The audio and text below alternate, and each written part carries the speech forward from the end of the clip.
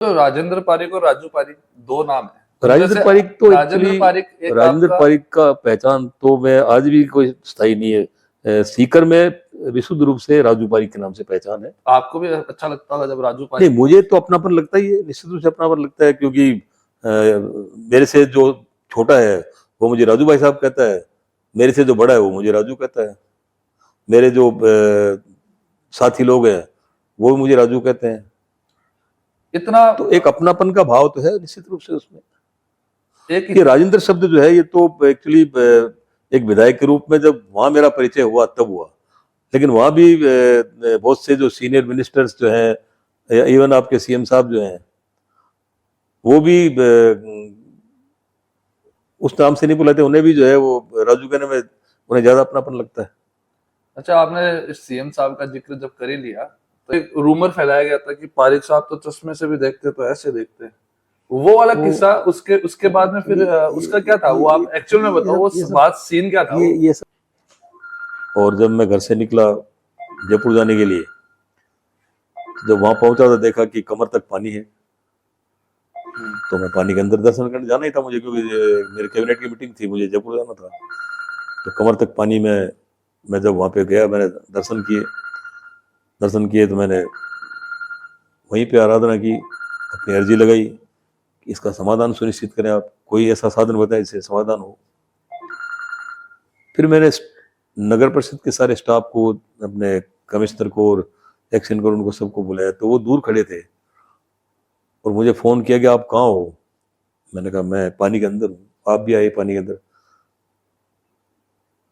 तो बेमन से सही वो आए और पानी में खड़े रह के हम उनको मैंने समझाया कि जब मैं और आप खड़े रह रहे हैं तो हमको कैसा लग रहा है। किसी भी समस्या के समाधान के लिए आप स्वयं उस पीड़ा को महसूस करिए।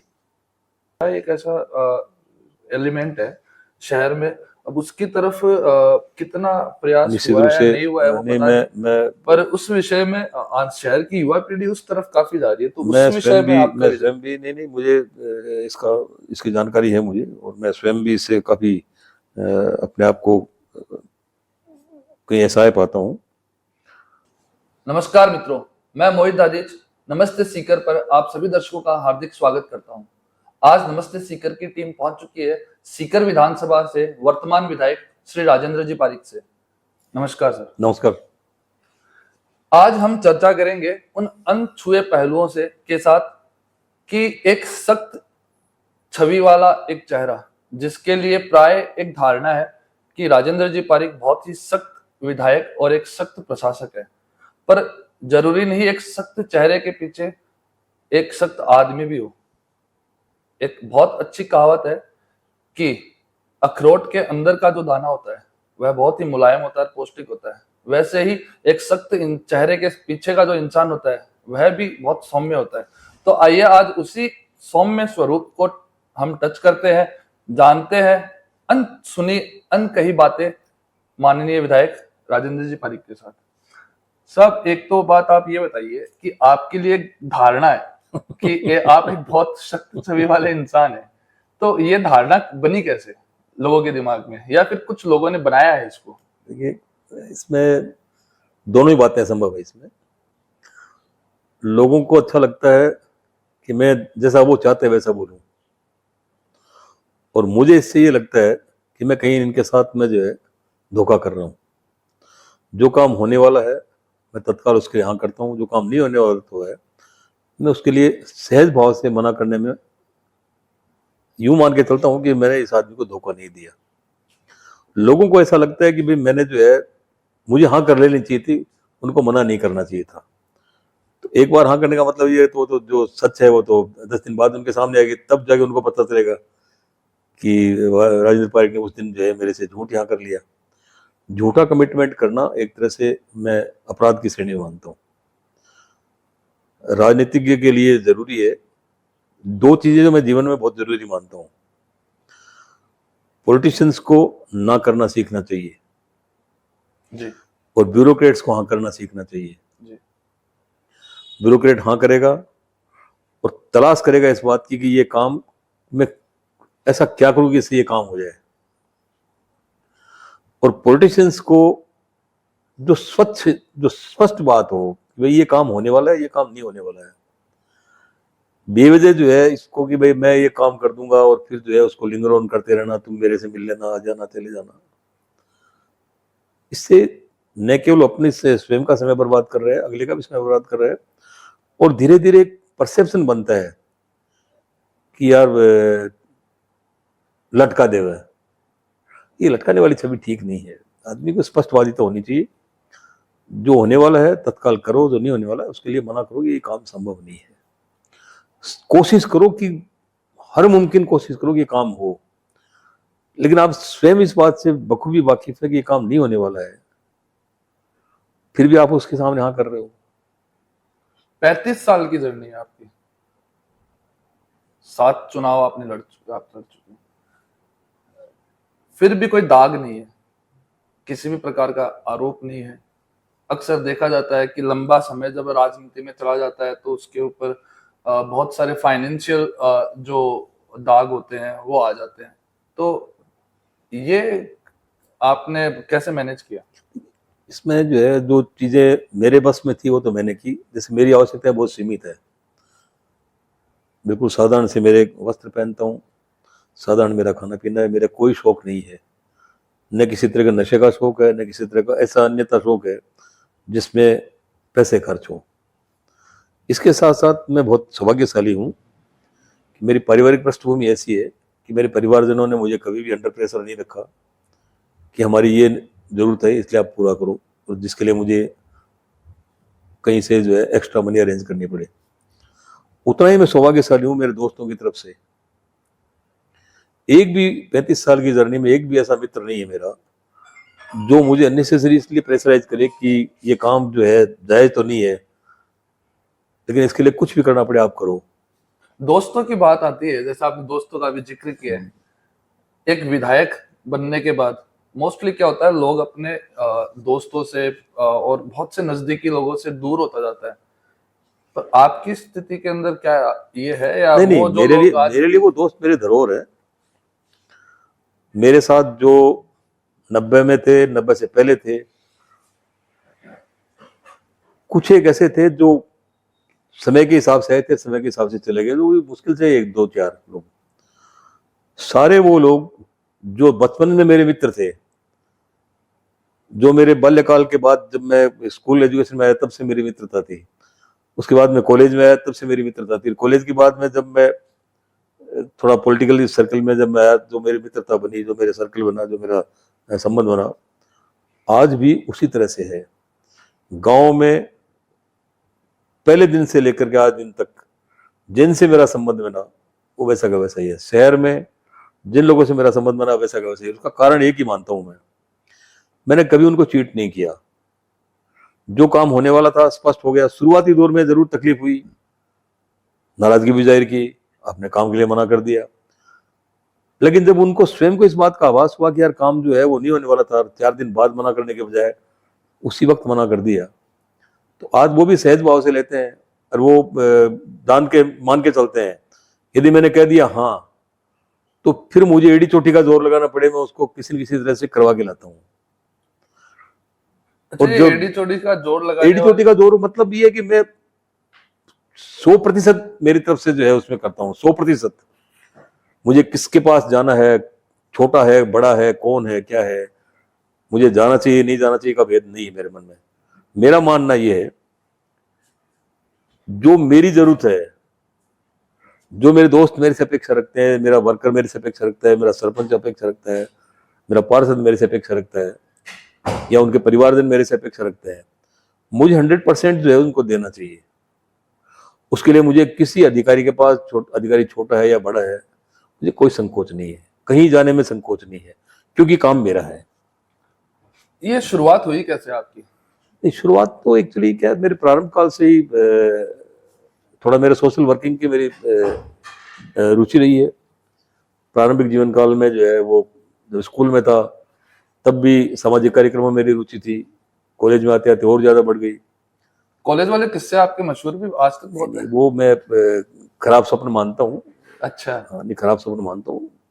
बाल्यकाल था, लड़कपन था, जो भी कुछ था, मैं कोई बहुत उसे अपने जीवन की कोई उपलब्धि नहीं मानता।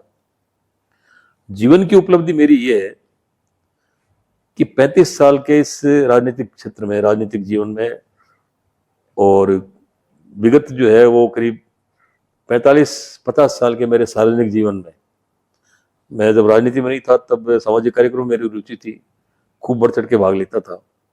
तब से लेकर के आज तक मैं अकेला ही चला था जाने बे मंजिल, मगर लोग जुड़ते गए और कारवां बनता गया। मेरा कारवां बन गया, मैं अकेला था, वाहिद राजेंद्र पारिक। आज मुझे कहते हुए खुशी है कि मेरा इतना बड़ा परिवार है। अच्छा, वो जो राजेंद्र पारिक और राजू पारिक दो नाम है, राजेंद्र जैसे पारिक तो राजेंद्र एक्चुअली, पारिक एक राजेंद्र आपका, पारिक का पहचान तो मैं आज भी कोई स्थायी नहीं है। सीकर में विशुद्ध रूप से राजू पारिक के नाम से पहचान है। आपको भी अच्छा लगता होगा जब राजू नहीं, पारिक, मुझे तो अपनापन लगता ही है, निश्चित रूप से अपनापन लगता है, क्योंकि मेरे से जो छोटा है वो मुझे राजू भाई साहब कहता है, मेरे से जो बड़ा है वो मुझे राजू कहता है, मेरे जो साथी लोग हैं वो भी मुझे राजू कहते हैं। इतना तो एक अपनापन का भाव तो है निश्चित रूप से उसमें। एक ये राजेंद्र शब्द जो है ये तो एक्चुअली एक विधायक के रूप में जब वहां मेरा परिचय हुआ तब हुआ, लेकिन वहां भी बहुत से जो सीनियर मिनिस्टर्स जो हैं, इवन आपके सीएम साहब जो हैं, वो भी उस नाम से नहीं बुलाते, उन्हें भी जो है वो राजू कहने में उन्हें ज्यादा अपनापन लगता है। अच्छा, आपने सीएम साहब का जिक्र जब कर ही लिया तो एक सवाल आपसे पूछ लेते हैं, जनता को भी पता चले, अच्छी बात है। एक समय आया बीच में, सरकार गिराने की कुछ साजिशें हुई थी, उसके अंदर आप सभी जो 106 या 7 विधायक साहब के सीएम साहब के साथ जब आप ठहरे थे, तो वो समय में उसका जो है प्रतिफल, उस सरकार बचाने का, बहुत से लोगों ने ये बात शहर में रख रखी है कि शहर विधायक जो है उन्होंने उस समय सरकार बचाने के लिए सीएम साहब का काफी सहयोग किया था। तो आज वापस से उसका प्रतिफल मिलने की गुंजाइश? प्रतिफल कैसा? मुझे प्रतिफल जो है एक साधारण परिवार के व्यक्ति को कांग्रेस ने इतना दिया है, ये प्रतिफल कम है क्या? मेरी तो पहचान एक साधारण से परिवार की थी, राजू पारिक, एक साधारण से परिवार का राजू पारिक, जिसमें न कोई पॉलिटिकल बैकग्राउंड है, न कोई बिजनेसमैन का कोई बैकग्राउंड है। परिवार के मेरे जो बुजुर्ग थे वो बिजनेस करते थे, उसके बाद मेरा साधारण सा परिवार है। भाई सर्विस में है, छोटा भाई अपनी छोटी सी एक काम करता है। तो कांग्रेस ने इतना दिया, तो वो मेरे लिए इतना बड़ा प्रतिफल है कि मैं उसके लिए किसी भी हद तक जाकर के और कांग्रेस के पक्ष में खड़े रहने को तत्पर हूँ। और सीएम साहब ने मेरी पहचान कायम की।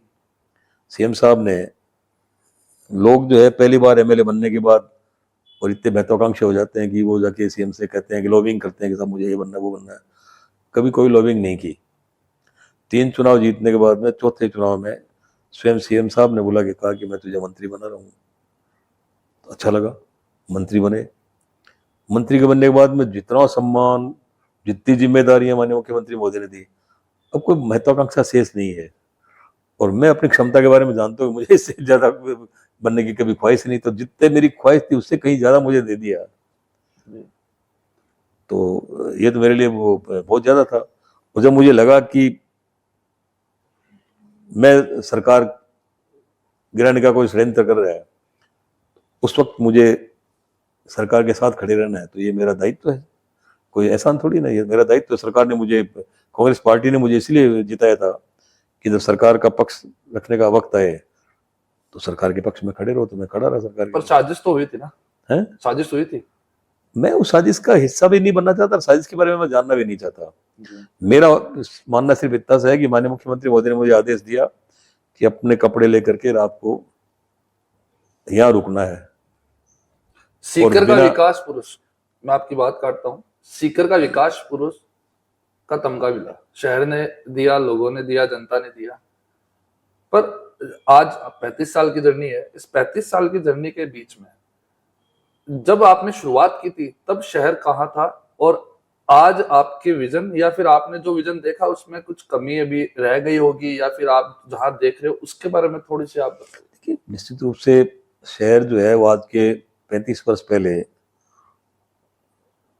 शहर में जो है उस वक्त न कोई बहुत ऐसी सड़कें थी, जल भराव बरसात का जो है वो काफी बड़ी समस्या थी। बजाज रोड पे बहुत बड़ी समस्या थी। अपने फतेहपुर गेट जो गणेश जी का मंदिर है वहाँ बहुत बड़ी समस्या थी। तापड़िया बगीचे के पास बहुत बड़ी समस्या थी। और अपने लोअर बस स्टैंड जो है वहाँ बहुत बड़ी समस्या थी। अपना शीतला का बास है वहाँ बहुत बड़ी समस्या थी। मोहल्ला कुरेशिया में बहुत बड़ी समस्या थी। मोहल्ला विसायतिया में बहुत बड़ी समस्या थी। फेजेज में मैंने ये टारगेट किया कि मुझे इस पानी निकासी का समाधान करना है। मूल रूप से हम देखें तो सीकर जो है वो जो बजाज रोड जो है वो किसी जमाने में यहाँ पे नहर हुआ करती थी। स्टेट के टाइम पे यहाँ पे नहर थी और नहर होने की वजह से लो लाइंग एरिया है और लो लाइंग एरिया में सारा पानी जमा होकर के और फतेहपुर गेट के बाहर जो बुर्ज बनी हुई है उसके बराबर जो है दोनों साइड में नहर में पानी रुकता था। नहर को हमने पाट दिया और पाटने के बाद जो पानी बरसात का पानी उस नहर में जाके जमा होता था वो सारा पानी जब वहां जब पाट दिया तो सारा पानी शहर का जो है वो सड़कों पे आ गया। सड़कों पे आ गया तो गणेश जी का मंदिर भी डूब गया, बजाज रोड भी डूब गई और भी बाकी जगह जो सारा था पानी। तो मैंने साइंटिफिकली ये लोगों से जानने की कोशिश की कि इसका समाधान क्या है। और समाधान के लिए जब मैंने एक खाका खींचा तो ये समझ में आया कि साहब इतना बड़ा अमाउंट लगेगा इसमें जो संभव नहीं था। धीरे धीरे फेज वर्क में जो है मैंने इसको टेकअप किया तो इसमें जो है वो सबसे पहले ये देखा भाई पानी की निकासी का हम कैसा क्या सोर्स करें। जैसे तो पानी जाएगा कहाँ पर, तो पानी सारा का सारा पश्चिम दिशा में जाता है। तो जहाँ पानी जाके रुकना है उस कैचमेंट एरिया को बढ़ाया और धीरे धीरे पानी जो है वो किसी भी रोड साइज में नाला नहीं बनता। रोड साइज हो सकती है 50 फीट की रोड हो, 60 फीट की रोड हो, तो 60 फीट का नाला नहीं बन सकता। नाला बनेगा बरसात के जो पानी गिरता है वहां पर, उस बरसात के पानी का कितना वॉल्यूम है, कितना पानी है, उसके हिसाब से 1 घंटे में, आधा घंटे में, 2 घंटे में। तो उस वक्त जब मैंने शुरुआत दौर में देखा तो एक हफ्ते तक पानी रुकता था। पानी स्टेगनेशन के बाद में वहां पे मड जमा हो जाता था और फिर महीनों दर महीनों जो है वो चलता रहता था। फिर 12 महीने डस्ट टूटती रहती थी। तो धीरे धीरे फेज मैनर में मैंने उसको काम को शुरुआत में टेकअप किया। सबसे पहले जो है वो प्राथमिकता मेरी थी फतेहपुर गेट के गणेश जी के मंदिर, वो मेरा आस्था का केंद्र है। हाँ, आपका एक वो फोटो भी काफी उसका आज भी वो वायरल है मेरा कि आप पानी की मेरा आस्था का केंद्र है। और आस्था का केंद्र मेरा ये है कि मैं 78 से नियमित रूप से जब मैं सीकर में होता हूँ तो गणेश जी के दर्शन करके घर आता हूँ। 2 नियम है। जब घर से शुरुआत करता हूँ तो मेरे दादाजी का बनाया हुआ मंदिर है मेरे घर के पास में, वहां मैं दर्शन करता हूँ और घर लौटता हूँ तो गणेश जी के दर्शन करके आता हूँ।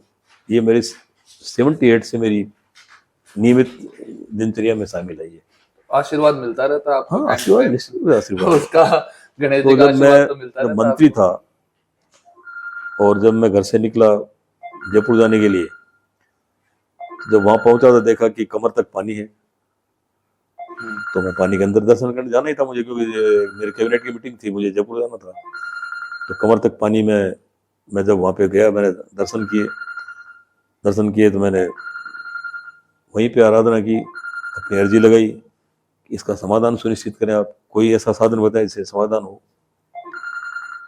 फिर मैंने नगर परिषद के सारे स्टाफ को, अपने कमिश्नर को और एक्शन को, उनको सबको बुलाया। तो वो दूर खड़े थे और मुझे फोन किया कि आप कहाँ हो।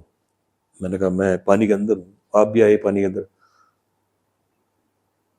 तो बेमन से सही वो आए और पानी में खड़े रह के हम उनको मैंने समझाया कि जब मैं और आप खड़े रह रहे हैं तो हमको कैसा लग रहा है। किसी भी समस्या के समाधान के लिए आप स्वयं उस पीड़ा को महसूस करिए। उन्होंने महसूस किया, मैं तो पीड़ा को महसूस कर ही रहा था, मेरे तो आराध्य हैं वो जी।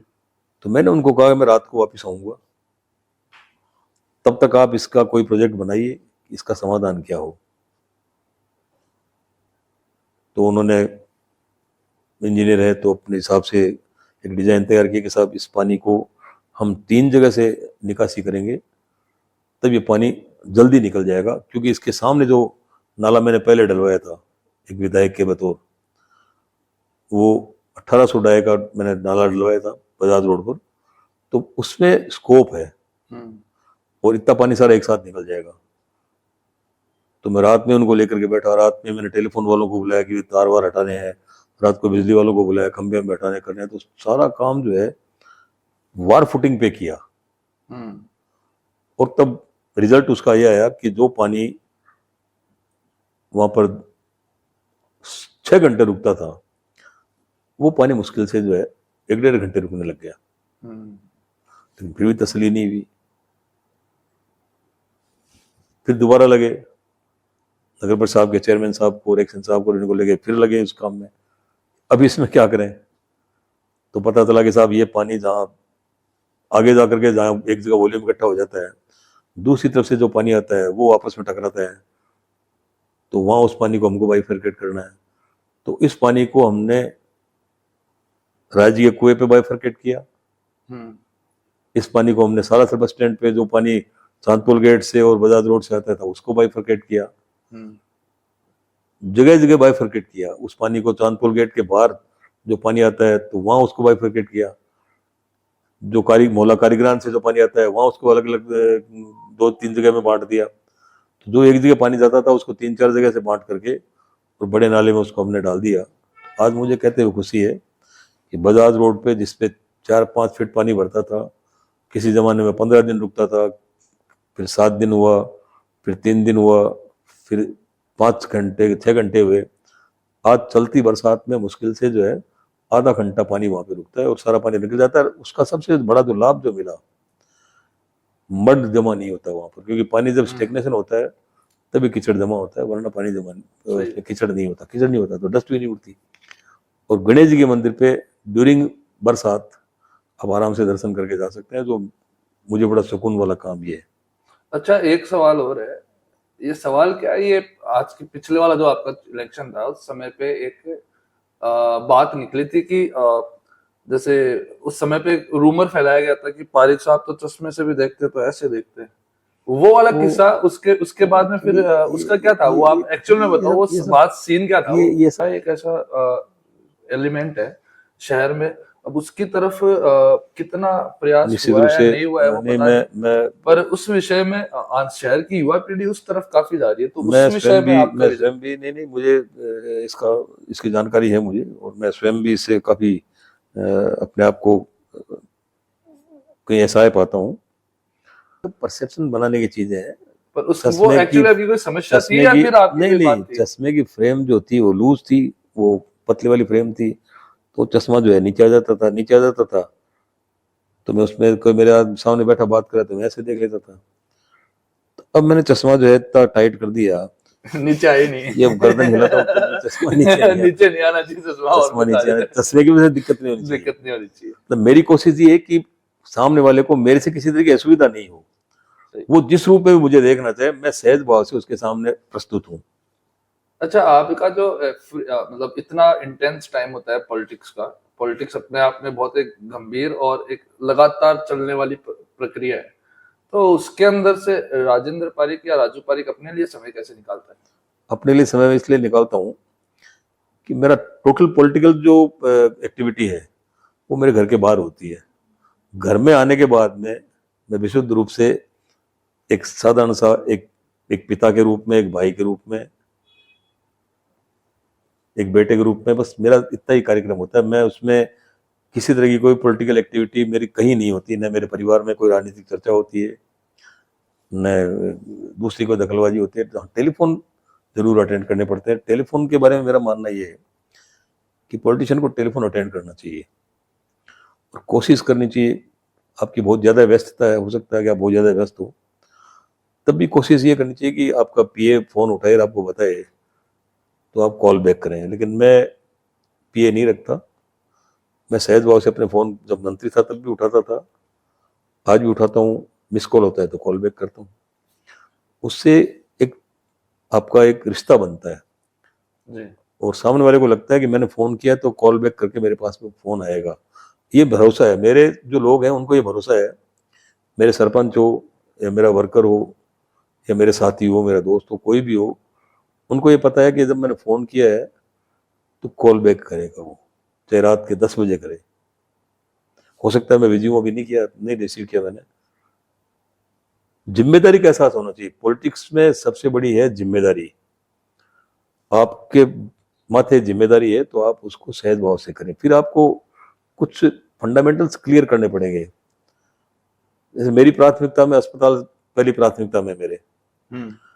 मैंने 90 में जब मैं एमएलए नहीं था, उससे पहले मेरा रेगुलर टाइम जो है 3-4 घंटे हॉस्पिटल में व्यतीत होते थे। उस जमाने में हॉस्पिटल की जो समस्याएं थी, खासतौर से जनाना वार्ड की, उनको देख के मैंने ये कह दिया भाई जनाना हॉस्पिटल बनना चाहिए, इन्हें जब तक नहीं बनेगा तब तक मैं अन्न का त्याग करता हूँ। अन्न का त्याग किया। जनाना अस्पताल के लिए 13 महीने अन्न का त्याग किया। जो बना वो सरकारी बन गया। तो उस बात को मैं भूला नहीं। 1990 की उस बात को मैंने पूरा कब किया? 2012 में। 2012 में जब मैं मिनिस्टर बना तब 100 बेड का अस्पताल प्योरली जनाना हॉस्पिटल के नाम से और स्वीकृत कराया।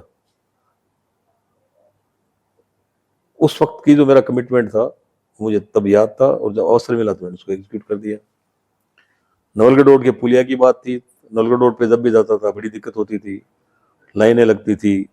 कोई पेशेंट लाने के लिए इधर से खाट लेके उधर से पेशेंट को लाओ, खासतौर से जो प्रेग्नेंट लेडीज होती थी उनको बहुत दिक्कत होती थी। प्रेग्नेंट लेडी को इधर से उधर ले जाने करने में दिक्कत होती थी।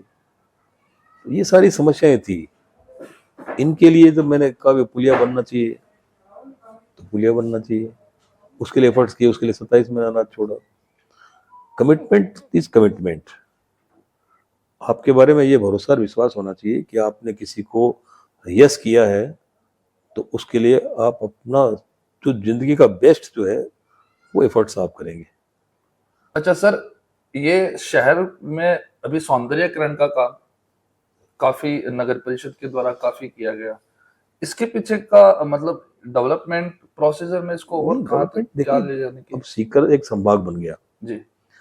संभाग बन गया तो संभाग की अपनी एक छवि होती है। भाई संभाग बन गया तो संभाग कैसा होगा? संभाग बाहर से जो आने वाला व्यक्ति है, मान लिए राजस्थान से बाहर का कोई व्यक्ति संभाग समझ कर के आ रहा है, राजस्थान के भी किसी दूसरी जिले से कोई आदमी आ रहा है, अपीयरेंस वाइज उसको लगना चाहिए कि जिला जो है वो एक अच्छे विकास की उस पे है।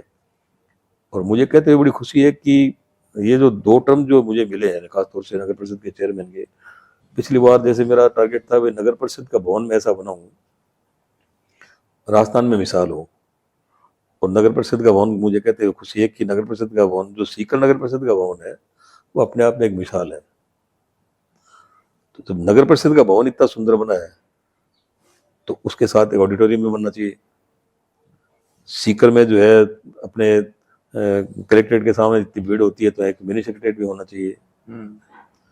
पुलिया छोटी पड़ रही तो 4 लेन पुलिया भी होना चाहिए। इन सारे कामों के लिए जब मैं ये मेरा विजन ले जाकर माननीय मुख्यमंत्री महोदय के पास रखता हूँ तो मुख्यमंत्री जी और धारीवाल जी तो हमेशा कमेंट भी करते हैं कि स्वप्न देखता है तू, परेशानी भुगतनी पड़ती है मुझे। अब उसमें एक आदमी का नाम और जुड़ गया। मैं कोई विकास का स्वप्न देखता हूँ तो हमारे चेयरमैन साहब के माथे बहुत बढ़ जाता है। अच्छा। तो मैं तो उनको बता देता हूँ भाई मुझे ये इस तरह का मेरा विजन है, मुझे अच्छा लगता है। फिर चेयरमैन साहब दिन रात एक करके मेरे उस काम को आगे बढ़ाने में पूरी ताकत झोंक देते हैं। कौन सी ऐसी चीजें हैं जो आपको लगता है आप अभी तक नहीं कर पाए हो, या आप चाहते हो कि अगर वापस से आपको जनता अगर मौका दे, पार्टी आपको वापस से मौका दे, तो कौन सी ऐसी चीजें हैं जो देखिए, आपको कुछ लगता है चीजें कि जो वो मैं बहुत बच गई, आप जो कुछ कसर चीजें जो हो मैं जाती बहुत है ना दिल से जिसको? महसूस करता हूँ। हाँ। सीकर में एक मल्टी स्पेशलिटी हॉस्पिटल जिसमें खासतौर से कैंसर पेशेंट्स के लिए और विशेष रूप से होना चाहिए, ये मन में बड़ी पीड़ा है। क्योंकि मिसेज भी स्वयं जो है वो इससे पीड़ित रही है। 2005 में जब मैं विधायक नहीं था तब कैंसर पेशेंट थी वो। मैंने बॉम्बे लेके गया, उसका ऑपरेशन कराया। फिर 2-3 साल तक जो है यहाँ हॉस्पिटलों के चक्कर काटे, कभी रेडिएशन के लिए, कभी कीमो के लिए। उस दौरान जो पीड़ा का एहसास किया, और अब दिन रात क्या है मेरे पास में लोग आते रहते हैं कि साहब जयपुर में कीमो के लिए जाना है, जयपुर में रेडिएशन के लिए जाना है, और वहां जो है रात को 12 बजे का टाइम दिया है। मन बड़ा पीड़ा होती है उस वक्त। तो मेरा मानना ये है, मैंने अभी मुख्यमंत्री महोदय को कहा भी, एक शानदार मल्टी स्पेशलिटी हॉस्पिटल सीकर में कैंसर का बनना चाहिए। इसके साथ साथ भी बीकानेर से लेकर के जयपुर तक आपके पास में कोई ऐसा ऑप्शन नहीं है जहाँ कोई बड़ा सेंटर डेवलप हो सके। जी। सीकर एक बड़ा सेंटर है जिसको हम डेवलप कर सकते हैं। अब तो मेडिकल कॉलेज भी है। मेडिकल कॉलेज, अकेला मेडिकल कॉलेज होने से जो है पूर्ति नहीं होगी इसकी। मेडिकल कॉलेज के साथ साथ सारी फैकल्टीज का आना बहुत Faculties जरूरी का है। नजर। मैंने देख 2013 में मेडिकल कॉलेज खोला, मुख्यमंत्री महोदय से निवेदन किया तो उन्होंने मेडिकल कॉलेज खोल दिया। मैं जब 5 वर्ष विधायक नहीं था, 1 इंच आगे नहीं बढ़ा वो काम। जी। 5 वर्ष तक उसमें कुछ नहीं हुआ। मैं दोबारा विधायक बना। विधायक बनने के 2 साल लग गए मुझे एसके हॉस्पिटल को उस लेवल पे तैयार करने के लिए जिसमें मेडिकल कॉलेज के लिए आपको मान्यता मिल सके। 2 साल में मैंने पूरी ताकत झोंक करके एसके हॉस्पिटल को तैयार किया, तब मेडिकल कॉलेज की मान्यता मिली। क्योंकि मेडिकल कॉलेज के लिए जो 300 बेड का हॉस्पिटल चाहिए वो 2 साल पूरी ताकत झोंकने के बाद तैयार हुआ। पूरे स्टाफ ने मुझे कोऑपरेट किया। आज हॉस्पिटल खुल गया। आज एसके हॉस्पिटल को बने जो है 70-80 साल हो गए। बिल्डिंग भी काफी पुरानी हो गई। जी। अब नई नई फैकल्टीज आपको लानी है, नए नए ऑपरेशन थिएटर आपको बनाने हैं। अभी मन में विचार किया कि कैथ लैब बनानी है, तो कैथ लैब बना दी। अब कैथ लैब का इंतजार कर रहा हूँ क्योंकि सीकर से पेशेंट जब जयपुर जाते हैं तो बहुत दिक्कत होती है, पैसा भी खर्च होता है। शानदार जो है वहाँ पे ट्रॉमा बना दिया, शानदार आईसीयू बना दिया। जब चिरंजीवी योजना लागू कर दी तो मेरे लिए और भी ज्यादा जरूरी हो गया कि ये सारी सुविधाएं एसके हॉस्पिटल में मिले, ताकि आम जन जो गरीब आदमी है वो बिना एक नया पैसा खर्च किए, बिना तकलीफ पाए एसके हॉस्पिटल में, एसके मेडिकल कॉलेज में जाकर के सारी जो अच्छी गुणवत्तापूर्वक जो सुविधाएं जो है उसका लाभ ले सके। और पूरी कोशिश है, भगवान ने यदि अवसर दिया तो इस बार कांग्रेस की सरकार बनी और मुझे अवसर मिला तो इस बार कैंसर का हॉस्पिटल बनाना तो मेरी प्राथमिकता में रहेगा। कैंसर के साथ साथ बाकी मल्टी स्पेशलिटी का भी है, लेकिन कैंसर का तो विशेष रूप से प्राथमिकता पे है। एक युवाओं का विषय, युवाओं के लिए शहर में जैसे स्टेडियम्स वगैरह बने हैं, पर एक आपका ध्यान उस तरफ गया होगा या नहीं गया होगा, पर एक जिसको कहते हैं कि एक कीड़ा होता है ना जो शरीर के अंदर तक जाके फिर उसको पूरे शरीर को गलाना शुरू कर देता है, वैसा एक नशा, एक ऐसा एलिमेंट है शहर में। अब उसकी तरफ कितना प्रयास हुआ है नहीं हुआ है वो पता नहीं, पर उस विषय में आज शहर की युवा पीढ़ी उस तरफ काफी जा रही है, तो उस विषय में आपका स्वयं भी नहीं मुझे इसकी जानकारी है मुझे, और मैं स्वयं भी इससे काफी अपने आप को कहीं ऐसा पाता हूँ। ये तकलीफ है निश्चित रूप से, और जब एक शिक्षा नगरी के रूप में जब डेवलप हो रहा है जी, तो ये बुराई उसके साथ आई है जी, निस्संदेह आई है। मैं इसके कतई खिलाफ हूँ। क्यों? कि पिता की बहुत छोटी एज में डेथ हो गई थी।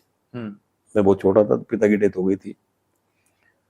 माँ का एक सहज भाव था, वो मुझे जब भी मैं बाहर जाता, बाल्यकाल थी, मैं मुश्किल से 9-10 साल का था, तो जब घर से बाहर जाता तो माँ कहती थी कि बिना बाप का है ऐब मत पाल लेना। मतलब बिना पिता के हो ऐब मत पाल लेना, कोई बुराई मत सीख लेना। बुराई का मतलब उस वक्त भी उसके मन में क्या था? नशा। किसी भी तरह का नशे अपना मत लेना। तो मेरे लिए एक को माँ मेरी इतनी बड़ी गुरु बन गई कि मैंने ये प्रण कर लिया कि मैं किसी तरह का नशा नहीं करूंगा।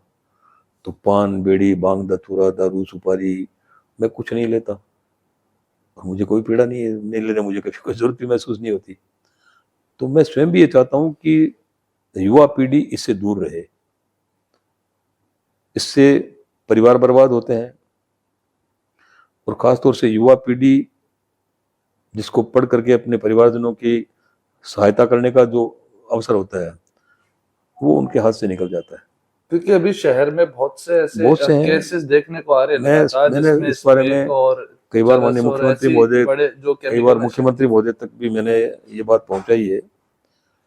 और अब देखो अपना ये संभाग बना है, प्रशासनिक स्तर पे इसमें सख्ताई करने के लिए मैं भी माननीय मुख्यमंत्री महोदय तक ये बात पहुंचाऊंगा। तो ये अब जो आने वाला ये समय है आपका, आप क्या मानते हैं कि सीकर शहर है, जो सीकर शहर है, ये सीकर शहर संभाग बन चुका है। संभाग बनने के साथ बहुत सी चीजें शहर में आएंगी, नए आयाम तक पहुंचेगी। तो शिक्षा क्षेत्र के साथ सीकर की जरूरत है एक इंडस्ट्री डेवलप होना। शिक्षा अपने आप में एक इंडस्ट्री थी, और पर हर इस चीज विषय में हर क्यों काम नहीं हो पाया? हर चीज हर जगह हो ये संभव नहीं होता। जी। इंडस्ट्री के लिए जमीन चाहिए, हम्म। और सीकर के आसपास की जो जमीन है ये बहुत उपजाऊ जमीन है, और काश्तकार से उसकी जमीन लेना बहुत मुश्किल है, और मैं स्वयं भी इसके पक्ष में नहीं हूँ। इंडस्ट्री का मतलब ये नहीं कि साहब आप बड़ी बड़ी फैक्ट्रियां लगाएं, ये किसी भी रूप में डेवलप किया जा सकता है, जैसे आईटी सेक्टर में, जी। और सीकर का एक अलग से डेवलपमेंट किया जा सकता है। हाँ। एजुकेशन के रूप में बड़ी बड़ी यूनिवर्सिटीज को आप यहाँ पे जो है वो इनवाइट कर सकते हैं। जी। उनके लिए आप एजुकेशन का एक बहुत बड़ा एक चंक जो है वो एजुकेशन के लिए, विशेष रूप से आप एजुकेशन के लिए जो आप स्थापित करें उसके लिए। पिपराली रोड वाला जो एरिया है साहब, वो ये पिपराली रोड में कंजेस्टेड है, इसको, तो इसको यहाँ विकास पे- नहीं मानता मैं। ये तो एक तरह से एक समय के हिसाब से एक बन गया ये। जी। उस वक्त की जो परिस्थितियां थी वो वैसी थी, लेकिन आज जो लोग एस्टेब्लिश्ड लोग हैं, जिनके पास में करोड़ ऑफ करोड़ रुपीज हैं, जी। उनको चाहिए शहर से बाहर निकले, बड़ी जगह ले, और बड़ी जगह ले करके एक बड़ा सेंटर डेवलप करे, सारा वातावरण वैसा बनाए। अब सर, सीकर में राव राजा कल्याण सिंह जी की जो विरासत थी, स्मृतियां थी, उनको सजाने का एक, और उनको सजोने का एक अलग सा प्रयास इस बार तालाब से देखने को मिला, नेहरू पार्क तालाब से।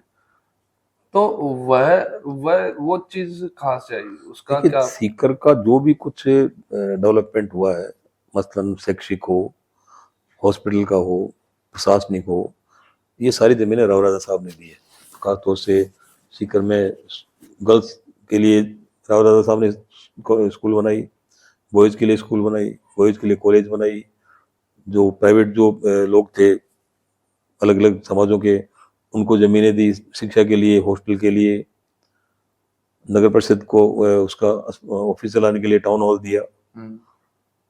सांवली का सेनेटोरियम जो बना, टीबी का सेनेटोरियम जो अपने आप में एक बहुत बड़ा सेनेटोरियम था, एशिया का बहुत बड़ा एशिया का सबसे बड़ा हॉस्पिटल, वो भी राव राजा साहब की देन थी। तो राव राजा साहब ने सीकर को बहुत कुछ दिया।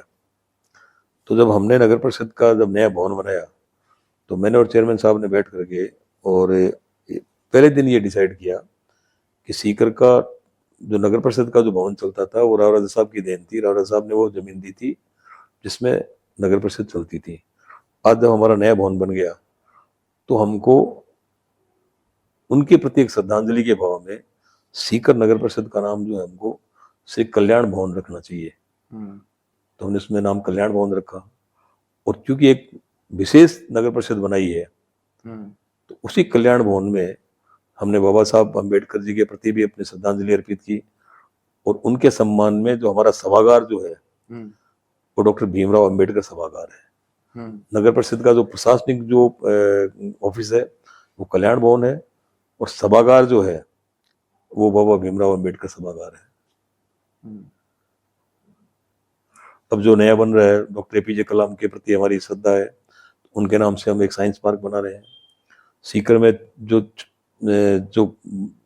यंगर जनरेशन जो है, छोटे बच्चे लोग हैं, सायंकाल में उनके लिए एक अच्छी जगह घूमने की हो, शिक्षाप्रद हो, जहाँ जाकर वो कुछ सीख सके, वो इनोवेटिव आइडियाज उनको आ सके। तो नेहरू पार्क के पास में एक बाल वाटिका बना रहे हैं, नेहरू बाल वाटिका काम शुरू कर दिया उसका।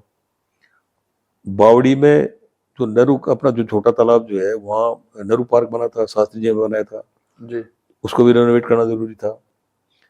तो वहाँ जो तालाब था उसमें गंदा पानी भर जाता था। तो पहली प्राथमिकता ये थी कि गंदा पानी बंद हो, इसका बंद हो। तो हमने गंदा पानी बंद किया। अब उसमें विकल्प तलाश रहे हैं कि उसमें ओपन एयर थिएटर बनाए, या उसमें जो है वो स्वच्छ जल भर के फाउंटेन बनाए। तो ओपिनियन ले रहे हैं, जैसी उसकी राय आएगी उसके हिसाब से करेंगे। ऐसे ही बड़े तालाब का भी हम जो है जीर्णोद्धार कर रहे हैं। जी। फॉरेस्ट का एक बहुत बड़ा हिस्सा जो है सीकर में है। हाँ। सीकर भाग्यशाली है कि सीकर शहर के 2-3 किलोमीटर के रेडियस में बड़ा भारी जंगल है जो करीब 400 450 हेक्टेयर जी में जी है। जी। नानी का बीड़ जो है हाँ। वो उसका एक पार्ट है। शहर का सारा जो गंदा जल जो है जल निकासी का वो सारा वहां जमा होता है और वहां पे विदेशी पक्षी भी आते हैं। पिछली बार जब मैं वहां गया तो एक सज्जन मिले, वो वाइल्ड लाइफ से जुड़े हुए थे। जी। तो उन्होंने मुझे बताया, फॉरेस्ट से ही थे वो, तो उन्होंने मुझे बताया कि साहब इसमें सैकड़ों पक्षी हैं जो विदेशी हैं, साइबेरिया के भी हैं, रसिया के भी हैं, इंग्लैंड के भी हैं, अमेरिका के भी हैं, चाइना के भी हैं। तो मुझे भी बड़ा ताज्जुब हुआ। तो फिर उन्होंने बाइनाकुलर से एक साइट मुझे दिखाई कि देखिए वो पक्षी जो है वो साइबेरिया का है। तो मैं भी पहली बार देखा मैंने वो पक्षी, ऐसे नंगिया से मैं देख नहीं पा रहा था। अपने बाइनाकुलर से उन्होंने सेट करके मुझे दिखाया कि देखिए वो पक्षी है। फिर उन्होंने मुझे कई फोटोज दिखाए जो उन्होंने अपने कैमरे में खींचे थे। तो चाइना की भी उसमें, इंग्लैंड की भी चिड़िया, साइबेरिया का भी, रसिया का भी। तो मुझे बड़ा ताज्जुब हुआ। तो मैंने सारे फोटोज उनसे लिए और मुख्यमंत्री मोदी को कहा कि साहब इस तरह से पक्षी वहां पे आते हैं। तो मुख्यमंत्री जी ने 18 करोड़ रुपए की लागत से नानी इकोलॉजिकल पार्क एवं पक्षी विहार सैंक्शन कर दिया। उससे पहले जब सावली रोड पे बहुत बड़ा फॉरेस्ट का हिस्सा था, वहाँ गंदगी पड़ती थी, मरे हुए मवेशियों को डालते थे, अड़ोस पड़ोस में जो रहने वाले थे उनको तकलीफ थी। तो उसको जो है राजीव गांधी स्मृति वन के रूप में डेवलप किया। आज मुझे कहते हुए खुशी है कि सुबह कम से कम 2000 लोग जो है घूमने जाते हैं उसमें। जी। और धीरे धीरे हरियाली का एक बहुत बड़ा चंक तैयार हो जाएगा। एक एक सांस के लिए लोग तड़प रहे थे कोरोना के टाइम पर। जी। तो सीकर भाग्यशाली है कि उसके बीच में इतना बड़ा फॉरेस्ट जो है वो मेंटेन कर रहे हैं। और मैं समय का इंतजार कर रहा हूँ, जब भी मुझे मौका मिलेगा मेरी कोशिश होगी कि जो बबूल जो है उनको रिप्लेस करके इसमें फ्रूट्स के, मतलब साइंटिफिकली अंडरग्राउंड जो है पाइप वगैरह डाल दूं मैं इसमें। और सिस्टम, ऐसा सिस्टम डेवलप करूँ, भले से उसमें जो है 50 करोड़ रुपए खर्च हो, ऐसा सिस्टम डेवलप करूँ, उसके चारों ओर बाउंड्री वॉल बनाऊं, सिस्टम डेवलप करूं, उसमें फ्रूट्स के जो है वो लगाऊं, सभी तरह के फ्रूट्स, पूरा फॉरेस्ट हो, एक तरफ पक्षी विहार, एक तरफ जो है वो फॉरेस्ट, और फॉरेस्ट में भी पक्षियों के लिए भरपूर खाना। तो ये इस बार अवसर मिला तो मेरी प्राथमिकता में होगा। तो आज हमने सीकर के जो वर्तमान विधायक है श्रीमान राजेंद्र जी पारिक, उनके साथ खुलकर चर्चा की, बहुत सहज भाव में चर्चा की। जैसे कि एक धारणा है कि बहुत सख्त छवि वाले विधायक है, तो उनके सख्त छवि के पीछे एक सौम्य सरल इंसान से चर्चा की है। तो आने वाला वक्त बताएगा। अगर पार्टी भरोसा करती है, वापस से टिकट देती है, जनता उन्हें वापस से चुनाव जिता करके अगर विधानसभा में वापस भेजती है, तो देख, अब उन्होंने अपने विजन्स को बताया क्या होगा, किस तरीके से शहर और आगे डेवलप होगा। तो आने वाला वक्त बाकी जवाब दे देगा। तब तक आप देखते रहिए नमस्ते सीकर। नमस्कार। नमस्कार।